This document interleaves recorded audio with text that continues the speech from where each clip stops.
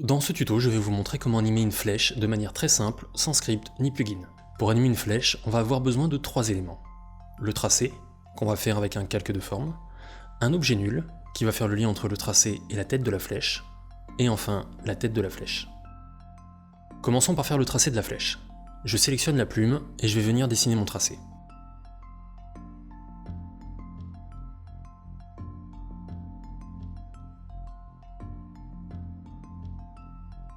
Voici le tracé de ma flèche, je vais l'animer de suite. Pour ça, je vais développer les propriétés du calque de forme, et dans Ajouter, je vais lui ajouter un effet Raccorder les tracés. Je vais placer mon curseur au début de ma timeline, et mettre une image clé avec une valeur de 0% sur la propriété fin. On remarque que le tracé disparaît progressivement vers son point de départ. Maintenant, je vais vers la fin de mon animation, et j'applique une image clé de 100%.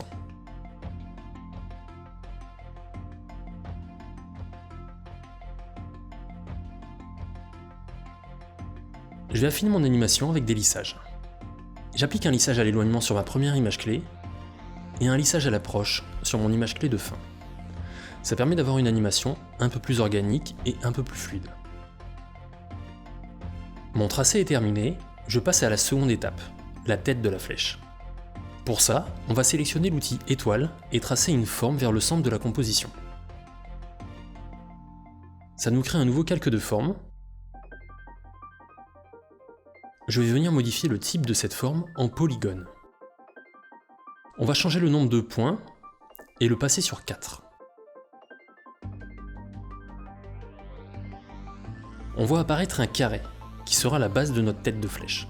On va masquer la moitié de ce carré. Pour ça, je vais sélectionner le rectangle de sélection et cliquer sur la petite icône de masque. La petite icône en étoile sert à créer des masques de forme, alors que l'autre icône vous fera passer en mode masque.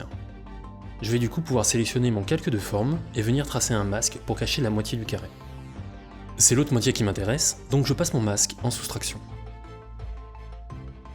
Voilà, ma pointe de flèche est prête. Je passe à la troisième étape, la création d'un objet nul. Pour ce faire, je vais dans Calque, Nouveau et Objet nul. J'augmente légèrement sa taille pour plus de lisibilité. Et je vais venir parenter la tête de ma flèche à mon objet nul. Ça me permet de verrouiller les propriétés de ma flèche sur celles de mon objet nul. Mes 3 éléments sont créés, maintenant on va les assembler. Je vais venir copier le chemin du tracé pour le coller sur la position de l'objet nul.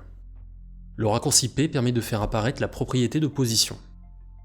Je me mets au début de mon animation et je lui colle le chemin du tracé.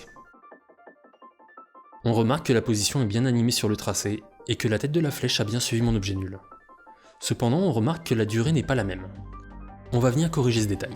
Pour ça, je clique sur mon calque de tracé et j'appuie sur la touche U. Ça fait apparaître les images clés du calque sélectionné et je vais les utiliser comme repère. Je sélectionne les images clés de l'objet nul et en maintenant Alt, je vais faire glisser la dernière image clé jusqu'à l'image clé d'arrivée de mon tracé. Pour que le mouvement soit propre, je vais également devoir appliquer les lissages sur les images clés de la position.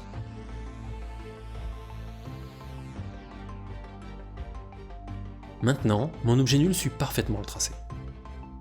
Ma flèche est trop grosse, je vais venir la corriger en jouant sur son échelle, et je vais augmenter un peu son épaisseur.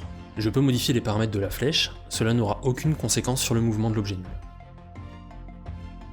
On observe que la flèche ne suit pas l'orientation du tracé. Elle reste orientée dans la même direction. Pour finir, je vais corriger ça. Je vais faire un clic droit sur mon objet nul, car c'est lui qui sert de guide à la tête de la flèche, et dans Transformer, Orientation automatique, je vais cliquer sur Orienter sur le chemin. Ma flèche est maintenant parfaitement alignée sur mon tracé.